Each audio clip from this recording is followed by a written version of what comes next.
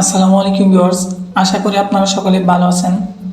গত ভিডিওতে আমি আপনাদের সাথে Next.js এর টপ লেভেল ফোল্ডার এবং টপ লেভেল ফাইল সম্পর্কে আলোচনা করেছিলাম। আজকের এই ভিডিওতে আমি আপনাদেরকে রাউটিং ফাইল সম্বন্ধে একটা ধারণা দিব।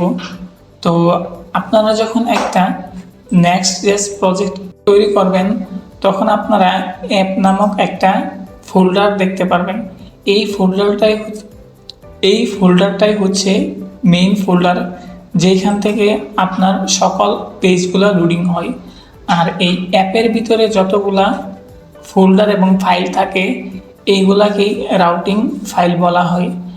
আপনি প্রথমে মূলত এই দুইটা ফাইল দেখতে পারবেন, একটা হচ্ছে layout.js আর একটা হচ্ছে page.js।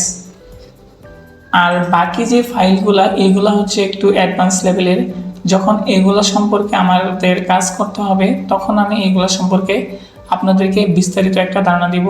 আপনি এখন শুধু এটা জেনে রাখেন যে Next.js এ রাউটিং ফাইল নামে কিছু ফাইল থাকে, যেগুলা জন্য আমাদের আলাদা কোনো রাউট তৈরি করতে হয় না। আমরা যদি ফাইল ক্রিয়েট করি তাহলেই সেগুলো রাউটিং অর্থাৎ রাউট হয়ে যায়। সেই ফাইলগুলো হচ্ছে default, template, root, globally role, role not found.